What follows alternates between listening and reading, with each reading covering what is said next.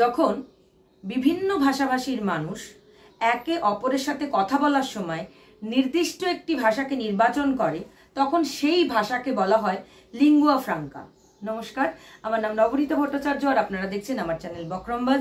প্রতিবারের মতন আমি আবারও চলে এসেছি নির্দিষ্ট একটি বিষয় নিয়ে আপনাদের সাথে কথা বলতে। ভারতবর্ষে যে বিশাল জনসংখ্যা, তারা যখন একে অপরের সঙ্গে কথা বলে তখন তারা ব্যবহার করে হিন্দি, ব্যবহার করে ইংরেজি ভাষা। এগুলোকে বলা হয় লিঙ্গুয়া ফ্রাঙ্কা। ধরুন আমি বাঙালি, আমি বাংলা ভাষায় কথা বলি, আমার মাতৃভাষা বাংলা। কেউ ধরুন উর্দু ভাষায় কথা বলে, তার মাতৃভাষা উর্দু, কিন্তু আমরা যখন একে অপরের সঙ্গে কমিউনিকেট করি তখন হিন্দিতে করি বা ইংরেজিতে করি। এটাকে বলা হয় লিঙ্গুয়া ফ্রাঙ্কা। ভারতবর্ষে পপুলেশনের অনেকটা সংখ্যা, সবচেয়ে বেশি সংখ্যা কথা বলে হচ্ছে হিন্দিতে, তারপর বাংলা, তারপর আসছে মারাঠি, তারপর তেলেগু, তামিল। কিন্তু ইন্টারেস্টিং বিষয় হচ্ছে ভারতবর্ষ গ্লোবালি দ্বিতীয় স্থানে রয়েছে ইংরেজি ভাষায় কথা বলা নিয়ে। মানে ইউনাইটেড স্টেটসের পরে সারা পৃথিবীতে ভারতবর্ষের স্থান দ্বিতীয় ইংরেজিতে কথা বলায়। তার মানে ভারতবর্ষ দ্বিতীয় স্থানে রয়েছে ইংরেজি ভাষায়। এবং ভারতের মানুষের অনেকেরই প্রাথমিক ভাষা অন্য কিছু হলেও তাদের দ্বিতীয় বা তৃতীয় ভাষা সবসময় দেখা যাচ্ছে ইংরেজি। এবং আরও কিছু জিনিস এসছে, সেটা হচ্ছে ভারতবর্ষে ইংরেজি ভাষা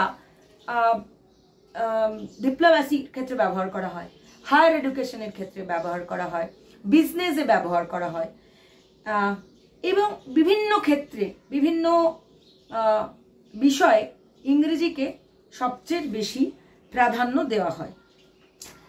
এই যে বললাম যে ইউনাইটেড স্টেটসের পরে যদি সবচেয়ে বেশি ইংরেজি কোথাও বলা হয়ে থাকে সেটা হচ্ছে এই ভারতবর্ষ।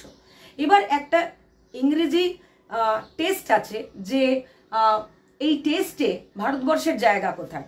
তার আগে তার অ্যাভারেজ রেশিওটা বলি। সেটা হচ্ছে সেই টেস্টে EFEPT test, English proficiency test বলতে পারেন। আমার ইংরেজি অতটা ভালো না, ফলে উচ্চারণের গন্ডগোল থাকতেই পারে, কিন্তু এই টেস্ট বলছে যে 600 থেকে বেশি যদি স্কোর হয় তাহলে সেটা হচ্ছে হাই।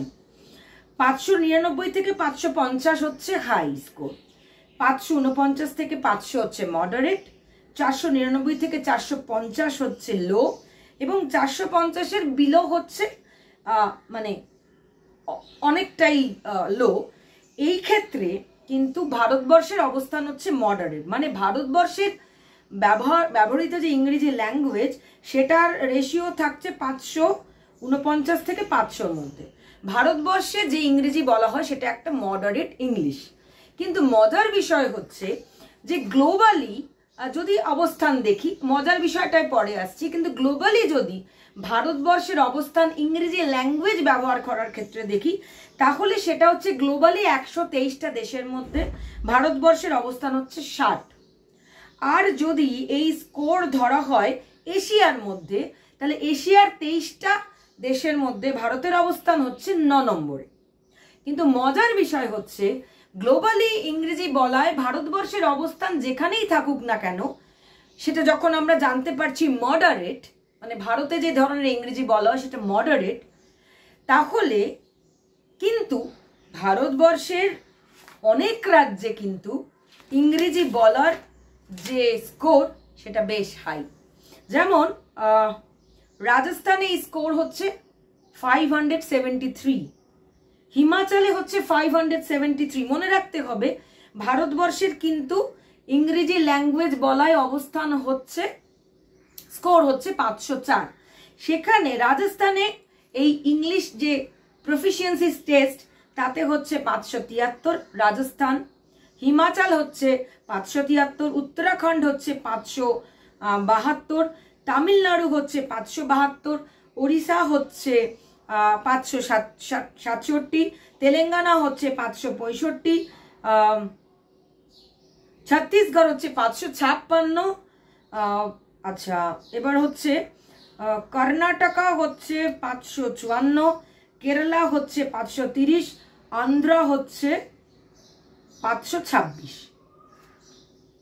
সুতরাং ইংরেজি এবং ইংরেজি ল্যাঙ্গুয়েজ সরকারি ক্ষেত্রে ব্যবহার করা হয়, ডিপ্লোম্যাসির ক্ষেত্রে ব্যবহার করা হয়, বিজনেসের ক্ষেত্রে ব্যবহার করা হয় এবং ব্যবহার করা হয় আরও আনুষঙ্গিক অনেক বিষয়ের ক্ষেত্রেই ভারতবর্ষে কিন্তু ইংরেজি ল্যাঙ্গুয়েজ ব্যবহার করা হয়। এবং লিঙ্গুয়া ফ্রাঙ্কাও বটে যে ভারতবর্ষের বিভিন্ন ভাষাভাষীর মানুষ তারা কিন্তু যখন একে অপরের সঙ্গে কথা বলে তখন হিন্দিতে কথা বলে, ইংলিশে কথা বলে। আর ভারতবর্ষে বাংলার অবস্থান দ্বিতীয়, মানে ভারতবর্ষে হিন্দি হিন্দি ভাষায় যত মানুষ কথা বলে সেটা প্রথম স্থানে রাখলেও দ্বিতীয় স্থানে কিন্তু থাকছে বাংলা। নমস্কার, আবার দেখা হবে।